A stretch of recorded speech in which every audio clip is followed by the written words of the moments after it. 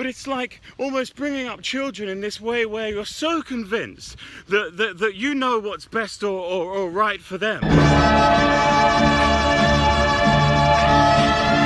That they're basically like some sort of ivy or crawler, which never even had their own space in the soil, but now they have to just basically wrap themselves around whatever plants they can find, sort of apologizing for sort of having got in the way of the family by their presence, forced to sort of, almost make up for the inconvenience of their existence in their primary carers' lives. And how does this leave a person thinking, where they've experienced this conditional introduction to the world where their entire value is denoted by what they can prove their worth through, by playing up to the rules and needs and requirements of that environment when they were younger.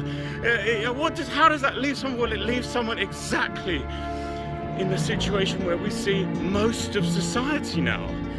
Droves of people afraid of their own shadow, petrified to even take the most basic steps to carve out an existence which makes sense to them, which gives them any kind of sense of feeling, of reality and wholesome kind of anything.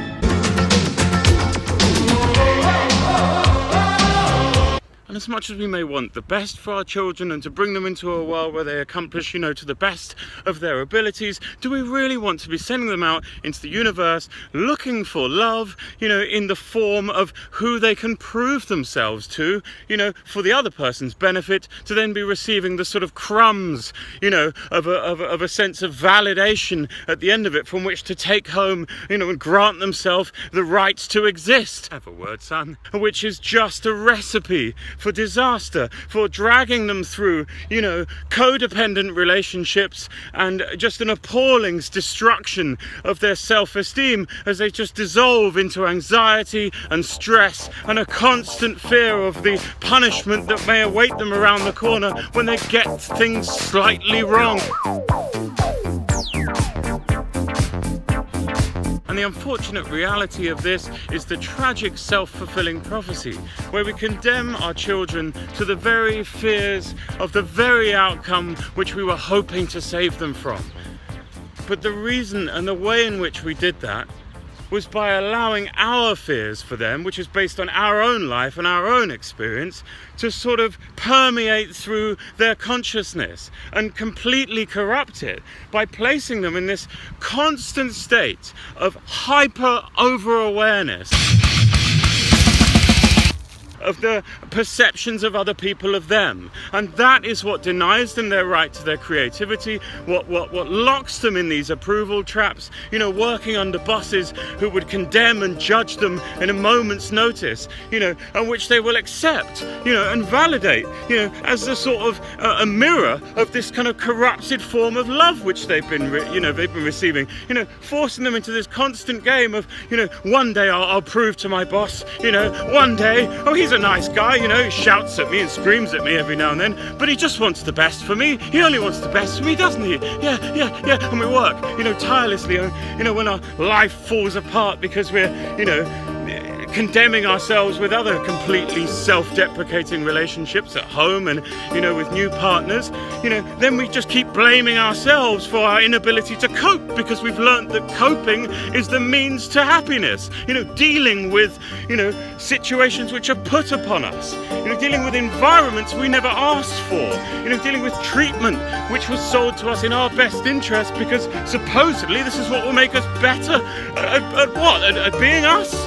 By being told that we somehow are denied the right, to say what's right or wrong or good or bad for us from the youngest of ages. How does this serve us in our best interests if it leaves an individual, pinned by approval and judgment fears? Welcome to paradise.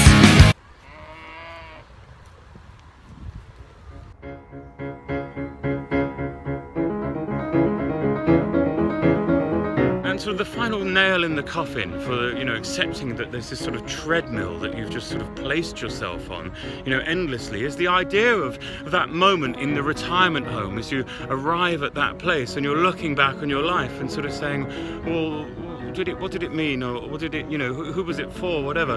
And there's this sort of quite real, you know, obvious kind of acceptance and realization that actually, do you know what?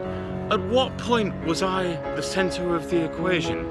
In the plans, endeavors, and actions that I carried out, you know, that were based around all of these accomplishments, these outside accomplishments, which were sold to me as the right and sort of good thing to do to make the most or the best of yourself. Oh, at what point did I even, not only that I wasn't the center of the equation, but did I even feature?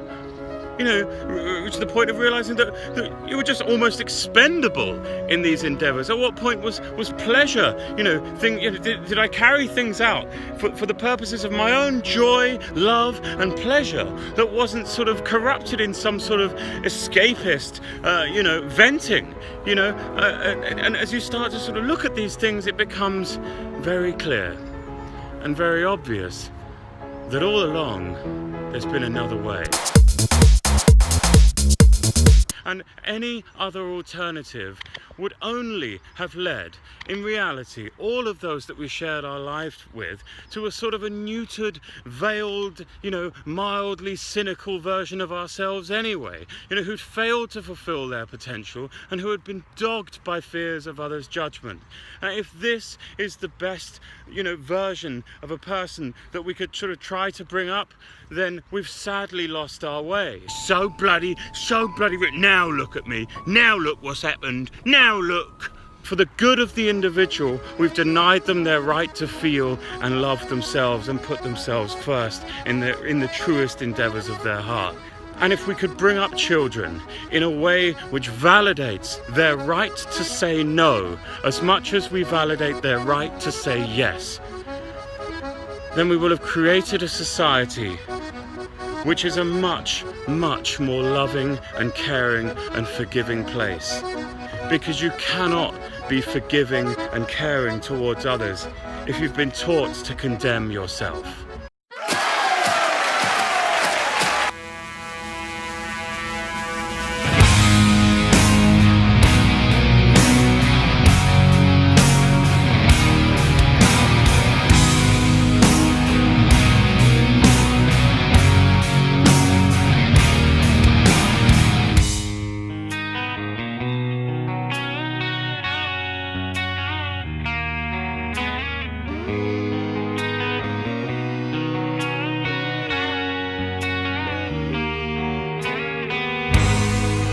Beside me, You better car up, love. All right.